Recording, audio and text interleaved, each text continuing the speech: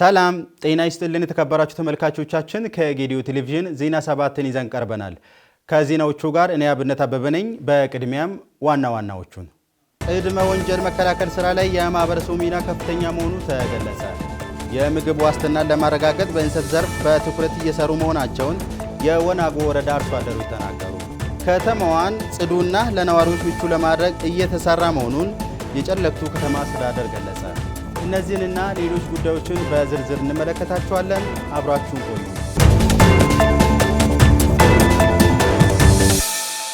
በቅድሚያም አጫጭር ዜናዎችን እናስቀድም። ከጊዜ ወደ ጊዜ እየደበዘዘ የመጣውን የንባብ ባህል ማነቃቃት ያስፈልጋል ተባለ።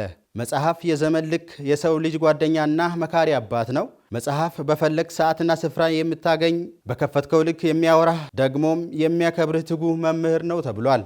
ምግብ ለስጋችን ጸሎት ለነፍሳችን እንደሚያስፈልግ ሁሉም መጽሐፍትን ማንበብ ለሰው ልጅ አእምሮና እድገት ብስለት ወሳኝ መሆኑ ተገልጿል።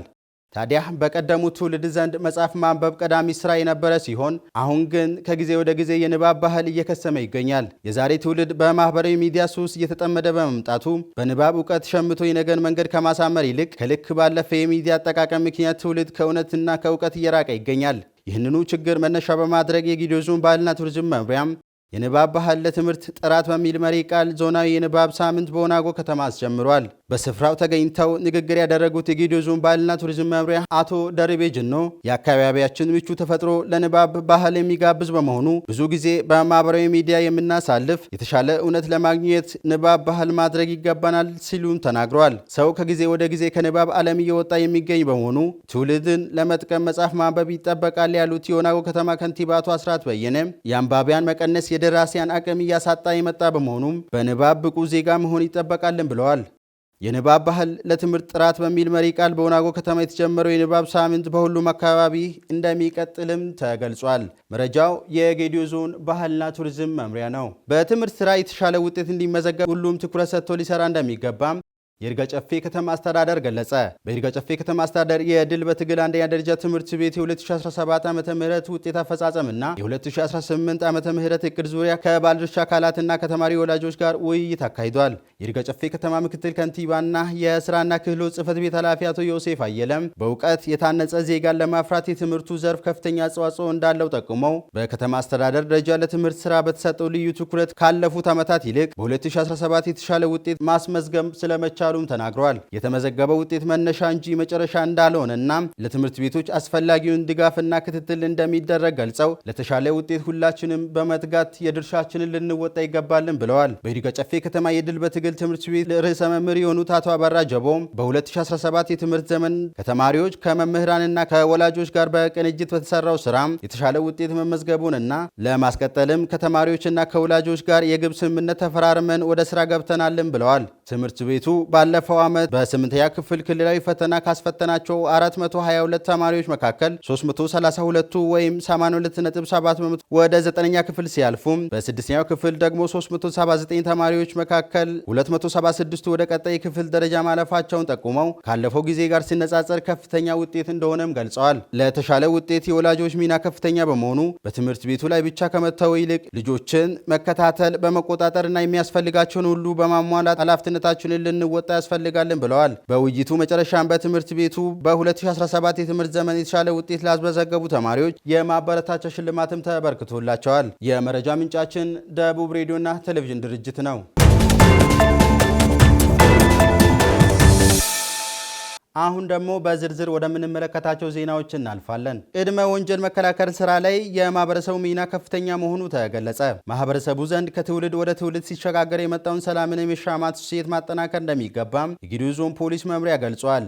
ሴኒያ መሐመድ አዘጋጅተዋለች። ይስሐቅ አበበ እንደሚከተለው ያቀርባል። የጌዲዮ ዞን ፖሊስ አዛዥ ኢንስፔክተር ብሩ ማርቆስ በማህበረሰቡ ድጋፍ መነሻ ስራዎች እየተሰሩ መሆናቸውን ተናግረው የቅድመ ወንጀል መከላከል ስራ በፖሊስ ብቻ ውጤታማ ስለማይሆን ማህበረሰቡም ከፖሊስ ጋር በመቀናጀት ሊሰራ እንደሚገባው አንስተዋል። እንደ ዞናችን በልዩ ትኩረት ተሰራለው የቅድመ ወንጀል መከላከል ስራ ነው። ቅድመ ወንጀል መከላከል ስራ እንግዲህ ፖሊስ ብቻ የሚሰራ ባይሆንም የህብረተሰብ ክፍልም አጠቃላይ ማህበረሰብ ተሳትፎ እያደረገ እየተሰራ ያለበት ነው። በዚህም ጥሩ ውጤት ተገኝቷል። ካሁን በኋላም በሚንሰራ ስራ ጥሩ ውጤት ይገኛል ብለን እናምናለን። እዚህ ላይ ማህበረሰባችን በጣም ያገዘ የደገፈ ነው ትብብር ያደረገ ነው እንግዲህ በሁሉም ወረዳና ከተማ ማለት በሚቻል ደረጃ የዚህ ውይይት ይደረጋል የዚህ ውይይት የሚደረገው ለዛ አካባቢ ሰላም ነው ለዛ አካባቢ ደህንነት ነው የዛ አካባቢ ማህበረሰብ የሚያመርተው አጠቃላይ ምርት በለፋው በደከመ ልክ ለገበያ ማቅረብ እንዲችል ውጤት ለማድረስ እንዲችል ብቻ ነው ምንም ሌላ ጎል የለውም እንደ ዞኑ ያለውን የፖሊስ አባል እጥረት ለመቅረፍ እየተሰራ መሆኑን የገለጹት ኢንስፔክተሩ የስርቆት ወንጀልን በተመለከተ የተለያዩ ስራዎች እየተሰሩ መሆናቸውን አብራርተዋል ከወንጀል ጋር በተገናኘ እንግዲህ እንደ አካባቢያችን በተለይ አሁን ያለንበት ወቅት የቡና ምርትንም ጨምሮ ሌሎች ምርቶች የሚሰበሰብበት ነው ለዚህ በልዩ ትኩረት የዝውውት እየተደረገ ነው አጥፎች እየተለዩ ነው ህጋዊ እርምጃ እየተወሰደባቸው ነው ይሄንን አጠናክሮ መቀጠል ይፈልጋል እንደ አጠቃላይ የወንጀል መከላከል ተግባር ስራ እንግዲህ አንድ አካል ብቻ ወይም ደግሞ የፖሊስ ተቋም ብቻ የሚሰራ ስላልሆነ የህዝቡ ተሳትፎ የሁሉም ባለድርሻ አካላት ትብብርና ድጋፍ በጣም ወሳኝ ነው ምክንያቱም ወንጀል የሚፈጸመው በማህበረሰብ ነው የሚፈጸመው ማህበረሰብ ውስጥ ነው ያለው ይሄ ራሱ ማህበረሰብ ነው የሚለየው ማህበረሰቡ ነው የሚፈጸም ሰውም ደግሞ እዛ ውስጥ ስላለ የሁሉንም ሰው ትብብርና ድጋፍ የሚፈልግ ነው የጌዴኦ ዞን ፖሊስ መምሪያ ማህበረሰብ አቀፍ የወንጀል መከላከል ዲቪዥን ኃላፊ ምክትል ኢንስፔክተር ታምራት ምትኩ በበኩላቸው በወንጀል አስከፊነት ዙሪያ ከአካባቢው ማህበረሰብ ጋር ውይይቶችን በማድረጋቸውና ተቀራርበው ስራዎችን በመስራታቸው ከዚህ ቀደም የነበሩ የወንጀል ድርጊቶች አሁን ላይ መቀነሱን ገልጸዋል ወንጀል ጊዜ ሰዓት ጾታ እድሜ የሀብት ደረጃ የፖለቲካ ሁኔታን አይወስንም በየትኛውም ሰዓት በየትኛውም ጊዜ በማንኛውም ሰው ላይ የሚፈጠር ነገር ነው ስለዚህ ይሄ ጉዳይ ደግሞ የአንድ አካል ብቻ ተደርጎ ሊወሰድ አይችልም ችግር ፈጣሪው እዛው ማህበረሰብ ውስጥ ነው ያለው የችግሩ ተጎጂ ደግሞ ማህበረሰቡ ነው ለችግሩ መፍትሄ መስጠት የሚችለው ማህበረሰቡ ነው እነዚህ ሶስት ነገሮች አሉ ስለዚህ በእነዚህ ምክንያት ማህበረሰቡ ከፖሊስ ጎን ሆኖ ሮንድ በመውጣት መረጃ በመስጠት ለፖሊስ ጭለማን ተገን አድርገው እንዳይሰርቁ ማብራት በማውጣት ጥሻዎችን ካሉ ለይታ የሚጋርዱ ነገሮች ካሉ በመመንጠር አካባቢውን ምቹ ለጸጥታው አካል ምቹ እንዲሆን ማድረግ ከህዝቡ ይጠበቃል ከዛ አልፎ ወንጀል ተፈጽሞ በስውር ተፈጽሞ ሲመጣ አክቲቭ የሆኑ መርማሪዎችን አዘጋጅተን በሁሉም ቦታ ምርመራ ያደረግን ለማህበረሰቡ ፍትህ እንዲያገኝ ያደረግን ያለነውና ይሄ ተጠናክሮ ይቀጥላል አክለውም ማህበረሰቡ በሰላሙ ጉዳይ ከፖሊስ ጎን በመሆን በኃላፊነት እየሰራ መሆኑን ተናግረው በቀጣይ መሰል ስራዎች ተጠናክረው እንደሚቀጥሉ አመልክተዋል ፖሊስ በማይመች አካባቢ ላይ ወይም ጨለማ ላይ የሚሰራ ከሆነ ማህበረሰቡ አዋቶ ቤት እየገነባ ነው ቤት እየሰራ ነው ማብራት እየሰጠ ነው መኝታ እየሰጠ ነው ስለዚህ ይሄ የሚያሳየው ምንድነው ፖሊስ ምን ያህል ከጊዜ ወደ ጊዜ ከህብረተሰቡ ጋር ተቆራኝቶ እየሰራ እንዳለ የሚያሳይ ስለሆነ አሁንም ይሄንን አጠናክረን እንቀጥላለን እንደ ጌዴኦ ዞን ፖሊስ ባሉን ሁሉም ቀበሌና ከተማና ወረዳ አስተዳደር ያሉንን ፖሊሶች ከጊዜ ወደ ጊዜ ክፍተቶችን እየለየን ምን አይነት ቦታ ላይ ክፍተት አለ የሚለውን በጥናት የተመሰረተ በግምት ሳይሆን በጥናት ምን አይነት ክፍተቶች አሉ እነዛን ክፍተቶች በምን መልክ ብንሄድ እንደፍናለን የሚለውን በማሰብ እነዛን ተከታትለን ስልጠና ያዘጋጀን ዴይሊ የመምሪያው ስራ ይሄ ሆኖ ክትትል ያደረግን እንሰራለን ብለን እናስባለን የምግብ ዋስትና ለማረጋገጥ በእንሰት ዘርፍ በትኩረት እየሰሩ መሆናቸውን የወናጎ ወረዳ አርሶ አደሮች ተናገሩ በወረዳው የእንሰት ታድሶ ስራ በክላስተር በመከናወን ላይ መሆኑን የወረዳው ግብርና ጽሕፈት ቤት አስታውቋል እምነት ሽፈራው ያዘጋጀውን ብሌን ተገኔ እንደሚከተለው ታቀርበዋለች አርሶ አደር ፋንቱ ጨበሶና ብርሃኑ አልማዝ የቡኖና የቱማታ ጭራቻ ቀበሌ ነዋሪዎች ሲሆኑ የቡና ምርታማነትን ለማሳደግ በአንድ ክላስተር እያለሙ መሆናቸውንም ተናግረዋል ከዚህ ቀደም በአካባቢው የነበረው ቡና ከማርጀቱ የተነሳ ምርት የማይሰጥ እንደነበረ የሚናገሩት አርሶ አደሮቹም የወረዳው አስተዳደር አዘጋጅነት ከዲላ ዙሪያ ወረዳና ከሞዴል አርሶ አደሮች ልምድ ልውውጥ በማድረግ ወደ ስራ መግባታቸውንም ተናግረዋል ይሄ ነገር ለእናንተ ይጠቅመዋል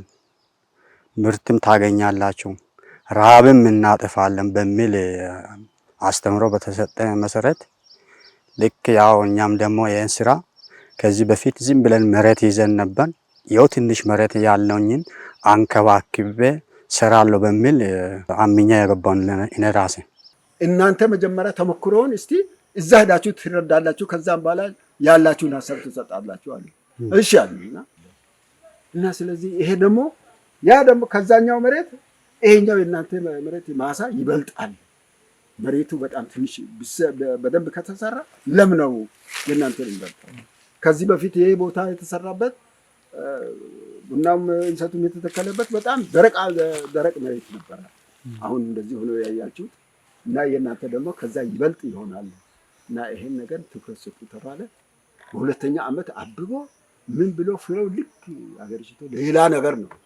እንሰቱ ወልዶ ሙዙ ያለው ሌላ አይነት ነገር ነው። ይህም አሮጌውን ቡና በመንቀል አዲስ ተከላ እንዲያከናውኑ ማስቻላቸውን የሚናገሩት አርሶ አደሮቹ ከአንድ ዓመት በፊት በተከናወኑ ስራዎችም ውጤት ለማየት ማስቻሉንም ገልጸዋል። ቆርጠን ተነስተናል። በቃ ይሄን አይተናል። በእርግጥ እኛ ደግሞ የማንሰራበት ምንድን ነው ታዲያ? እኛ ብቻችን አሁን ይሄንን ቡና መንቀልም ባህር ዛፍ ያለው ባህር ዛፍ በተለይ ያለው ባህር ዛፍ ዛፎች እንትን ከአቅማችን በላይ ስለሆነ ይሄንን እንግዲህ ድጋፍ የሚደረገው ወራዱ ራሱ ያውቃል። እኛም እንደግፋለን አሉ ተነሱ። በቃ በዛ አይነት ሁኔታ መጣን። ይሄንን 26 ሄክታር ለመጀመሪያ ጊዜ 26 ሄክታር ከባድ ንቅናቄ ተደረገ። እዛም ንቀላውን ጨረስን። ነቀላው ከጨረስን በኋላ ወረዳው ደግሞ ጉድጓድ ቁፋሮ ጀምሩ አሉ። ጀመርን። አቅማችን የዛን ያህል ነው። አቅም የለንም። ወረዳው በጣም ደገፈን። እግዚአብሔር ይባርካቸው። የወረዳው ግብርና ጽሕፈት ቤት ኃላፊ አቶ ይስሐቅ አሰፋ በበኩላቸው በወረዳው ከ2016 ጀምሮ አርሶ አደሮችን በክላስተር በማደራጀት የቡና ችግኝን ተከላ በኩታ ገጠም የማልማት ስራ ማከናወናቸውን ገልጸው በሁለት ዓመት ውስጥ 61 ሄክታር መሬት ላይ የተተከሉ ቡናዎችን ምርት መስጠት መጀመሩንም ተናግረዋል። አሁን እዚህ ጋር የተከልናቸው ችግኞች ቆቴ የሚባል ምርታማነቱ በዲላ ዙሪያ ወረዳ ፐር ሄክታር 17 ኩንታል የተረጋገጠ የተሻለ የአየር ንብረትን የተለያየ የአየር ንብረትን መቋቋም የሚችል በሽታ መቋቋም የሚችል የተሻለ ምርት የሚሸጥ ለአርሶ አደር ነገ ቡናውም ምርት ሰጥቶት ለመልቀም በማስቸግር ደረጃ በዚህ ደረጃ በ108.2 ሄክታር አካባቢ በክላስተር ማልማት የቻልንበት ነው። አርሶ አደሮቹም በኩታ ገጠም እንዲያለሙ በክላስተር ማደራጀታቸውን እርስ በርስ ልምድ ለመካፈልና ማሳቸውን በጋራ ለመጠበቅ እንደሚያግዛቸው ኃላፊው ጠቁመዋል። በወረዳው የአርሶ አደሮችን ተጠቃሚነት ለማሳደግ በጥናትና በምርምር ተቋማት የተዘጋጁ የቡና ችግኝን በማሰራጨት አሮጌውን ቡና በዘመናዊ ለመተካት በተከናወነው ስራ ውጤት መታየቱንም አስረድተዋል። እየታደረ ከዛው ከአርሶ አደር ጋር ተግባባን። አሁን የምናደርገው የቡና ነቀላም ሆነ ጉንደላ ዝም ብሎ እንደለመድነው ሳይሆን በክላስተር መሆን አለበት የሚለው መሪ ያነሳን። አርሶ አደር በክላስተር ደግሞ እንዲሆን ያደረግነው እዚያ አካባቢ ብዙ ጊዜ እንሰት ስንተክል ቡና ስንተክል ይሰረቅብናል። ስለዚህ ኩታ ገጠም ደግሞ ከሆነ አንዱ አርሶ አደር እርስ በርስ ስለሚጠባበቅ ከዛም ደግሞ አርሶ አደር ከአርሶ አደር ጋርም የተሻለ ማሳውንም እያየ ትምህርት ስለሚወስዱ ኩታ ገጠም መሆን አለበት በሚል መሪ ተስማማን። በባለፈው ዓመት እንግዲህ እግዚአብሔር ረድቶን እዚህ ክላስተር ላይ 26.6 ሄክታር በኩታ ገጠም ወደ 59 አርሶ አደሮች ያሉበትን መስራት ችለናል። አርሶ አደሮቹም በግብርና ስራዎች ግንባር ቀደም ከሆኑ ወረዳዎች ልምድ እንዲወስዱ በማድረግና የቡና ምርታማነትን ለማሳደግ በሚያስችሉ ተግባራት ቅድሚያ ተሰጥቶ መሰራቱን በዘርፉ የተሻለ ውጤት መታየት መጀመሩን የተናገሩት ደግሞ አቶ አበበ እጅጉ የወረዳው ዋና አስተዳዳሪ ናቸው። ይሄ አካባቢ ባህር ዛፍ የተበላሸ የምርት አጠቃቀም ችግር የነበረበት በሸንኮራ አገዳ ስኳር ድንች የሚተከልበት ልቅ ግጦሽም ጭምር የነበረበት አካባቢ ነበርና ይሄንን ገጽታን መቀየር አለብን የሚል ሰፊ ርብርብ አድርገን ቡና በመንቀል ጉድጓድ በሳይንሱ በማስቆፈር ኮምፖስት በማዘጋጀት ለኮምፖስት የሚሆኑ ማቴሪያሎችን ባለሀብቶች ወደዚህ የማጓጓዝ ስራ እንዲሰሩ ባለሙያዎች በሙያቸው እንዳግዙ ካደረግን በኋላ አሁን በምናየው ልክ በአንድ አመት ከ3 ወር አንዳንድ አካባቢ ኢንሴት ለመድረስ እየሞከረ ያለበት ቡናም 1 አመት ከ3 ወር አካባቢ የመጀመሪያ ምስራች ወይንም የመጀመሪያ ፍሬ ማፍራት የቻለበት ሂደቶች አሉ። አክለውም አስተዳዳሪው በግብርና የተጀመሩ ስራዎችን አጠናክሮ በማስቀጠል የአርሶ አደሮቹን ተጠቃሚነት ይበልጥ ለማሳደግ በትኩረት እንደሚሰራም ተናግረዋል። አርሶ አደሩ ከዚህ የበለጠ ተነሳስቶ እንዲሰራ ድጋፍ በማድረግ ከመንግስት የሚጠበቁ ድጋፎችን ከሙያ ጀምሮ እስከ ግብዓት ማቅረብ ያሉ ጉዳዮችን መንግስቱ ወስደን እየሰራን ነው። ምርትና ምርታማነት አድጎ የአርሶ አደሩም ገበያ አድጎ ኑሮ ማሻሻል እንችላለን። ከተማዋን ጽዱና ለነዋሪዎች ምቹ ለማድረግ እየተሰራ መሆኑን የጨለለክቱ ከተማ አስተዳደር ገለጸ። በከተማዋ መሰረተ ልማት ስራዎችን በማሟላት እድገቷን ለማፋጠን በትኩረት እየተሰራ እንደሚገኝ ከተማ አስተዳደሩ ገልጿል። ዝርዝሩን በረከት ጅግሱ አዘጋጅቶታል። ያነጋገርናቸው ነዋሪዎች እንደተናገሩት በከተማዋ የለውጥ እንቅስቃሴዎች እየታዩ መሆናቸውን በመጥቀስ የበኩላቸውን እንደሚወጡ ጭምር ገልጸዋል። ለውጡና ያኔ ገጠር ሆነን የምንመጣ ሰዓት ትንሽ ከተማ ነበረች። በዛ ሰዓት እየመጣን እንመለሳለን። ያው አናቅም። ስራው ለመስራት ስንል ደግሞ ገጠር ትንሽ ስራ ጀመርኩና አስፋፍቼ እሰራለሁ ብዬ ወደ ከተማ መጣው።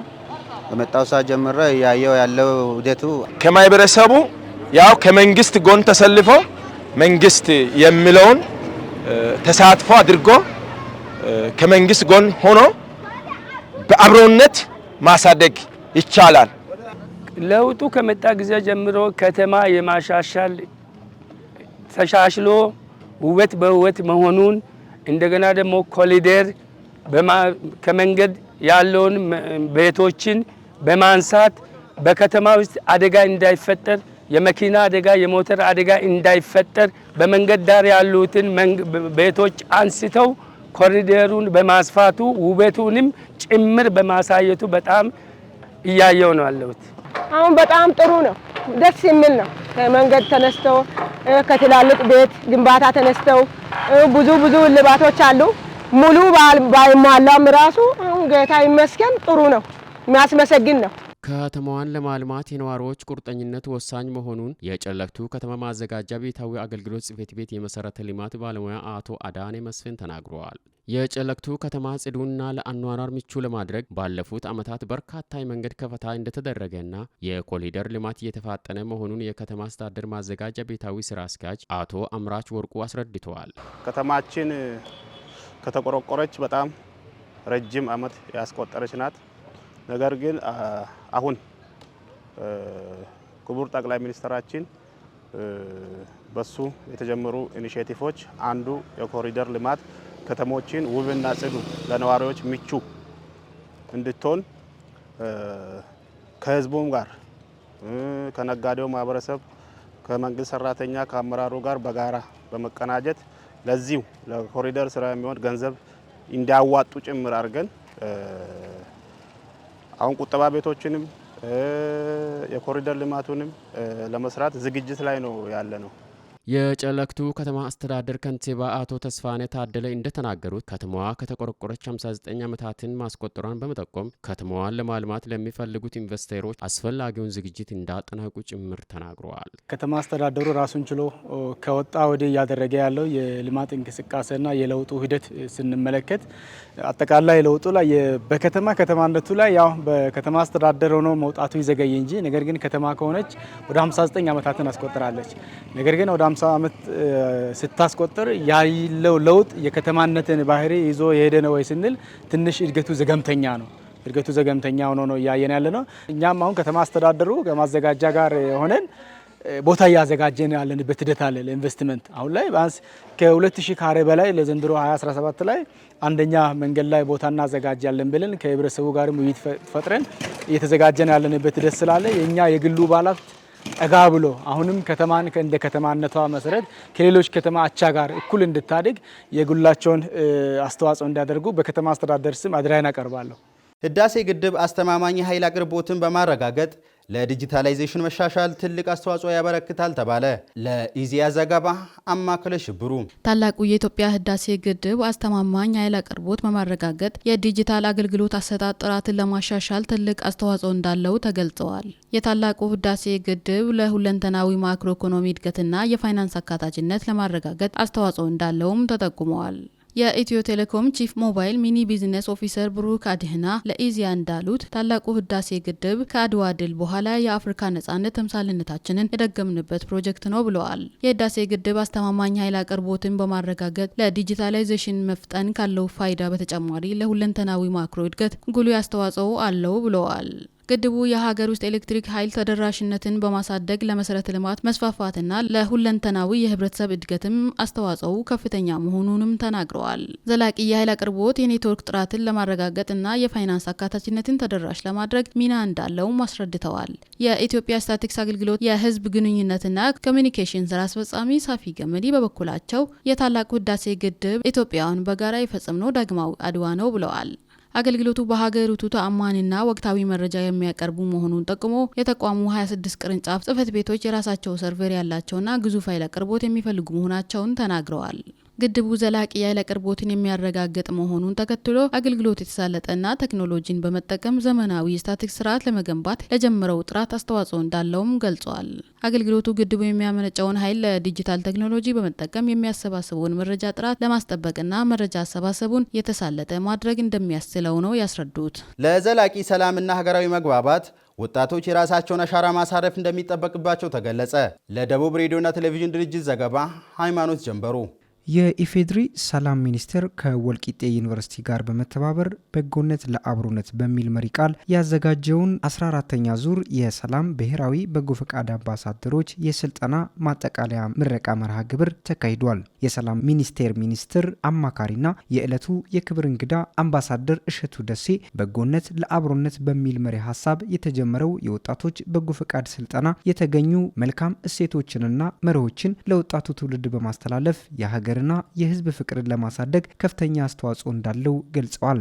አምባሳደሩ አክለውም የስልጠና ጊዜያቸውን አጠናቀው ስምሪት የሚሰጣቸው ሰልጣኞች ማህበረሰቡን ለማገልገል ስንቅ ሊሆናቸው የሚችሉ የስነ ምግባር እውቀትና ክህሎት እንዳገኙ መገንዘባቸውን ተናግረዋል። ወጣቶቹ በስልጠናው ያገኙት እውቀትና ክህሎት አገልግሎት በሚሰጡበት ወቅት ትክክለኛ ማንነታቸውን የሚያገኙበትንና ለቀሪ ህይወታቸው ስንቅ መሆኑን በመገንዘብ በዘላቂ ሰላምና ሀገራዊ መግባባት ስራ ውስጥ የራሳቸውን አሻራ ማሳረፍ እንደሚጠበቅባቸው አስገንዝበዋል። የወልቂጤ ዩኒቨርሲቲ የአካዳሚክ ጉዳዮችና የዩኒቨርሲቲው ፕሬዝዳንት ተወካይና ምክትል ፕሬዝዳንት ዶክተር አብዲ ዱላ በበኩላቸው ሀገሪቱ ሰፋፊ እድሎች ያሏት ሀገር ስለመሆኑ አንስተው ወጣቱ በበጎ ፈቃድ ያገኘውን ክህሎት ማህበረሰቡን ለማስተማርና ለማገልገል ሊጠቀምበት ይገባል ብለዋል። እንዲሁም ሀገሪቱ በዘር፣ በጎሳ፣ በሃይማኖትና በሌሎችም ማንነቶች ክፍፍል እንዳይኖር ለኢትዮጵያዊ አንድነትና ለሰላም እሴት ግንባታ መጎልበት ከሁሉም ርብርብ ይጠበቃል ሲሉም አስገንዝበዋል። ዶክተር አብዲ በመድረኩ የተሳተፉ ሰልጣኞች በጎ ፈቃድ ላይ መሳተፍ ለሀገራዊ መግባባት እንዲሁም ችግሮችን በጋራ ለመፍታትና ለአብሮነት ትልቅ አስተዋጽኦ እንደሚኖረው አንስተው በስልጠናው ያገኙትን እውቀት ተግባር ላይ እንደሚያውሉም ተናግረዋል።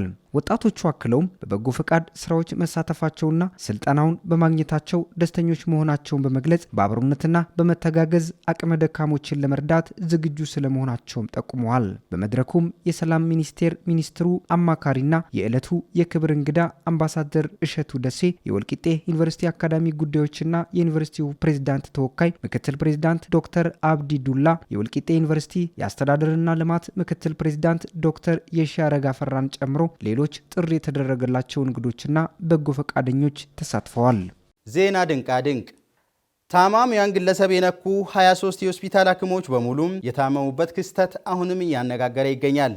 ዝርዝሩን ደመላሽ ጉልማ አዘጋጅቶታል። ታማሚያን ግለሰብ የነኩ 23 የሆስፒታል ሐኪሞች በሙሉ የታመሙበት ክስተት አሁንም እያነጋገረ ነው። በየካቲት ወር 1994 ዓ.ም በሪቨርሳይድ ካሊፎርኒያ ወደሚገኘው የድንገተኛ ክፍል የገባችው አሜሪካዊት ሴት ግሎሪያ ሲሲሊያ ሪማሬዝ በሆስፒታል ታሪክ እጅግ ምስጢራዊ ከሆኑ የሕክምና አጋጣሚዎች ውስጥ የአንዷ ማዕከል ሆናለች። ራሚሬዝ ለከፍተኛ የማህፀን ነቀርሳ ወይም ሰርቪካል ካንሰር ሕክምና እየፈለገች በነበረበት ወቅት እሷን ሲረዱ ነጭ ሽንኩርት የመሰለ ሽታ እንደነበረ መዝግበዋል። በተጨማሪም ከደም ናሙኗ ውስጥ ያልተለመዱ ክሪስታሎች እንደተገኙም ተገልጿል። ክስተቱ ማስታገሻነት ዲሜቲል ሲልፎክሳይድ የተባለ ኬሚካል አንዳንዶች ለቤት ውስጥ ሕክምና የሚጠቀሙበት እንደተሳምሞ ሊሆን ይችላል ተብሏል።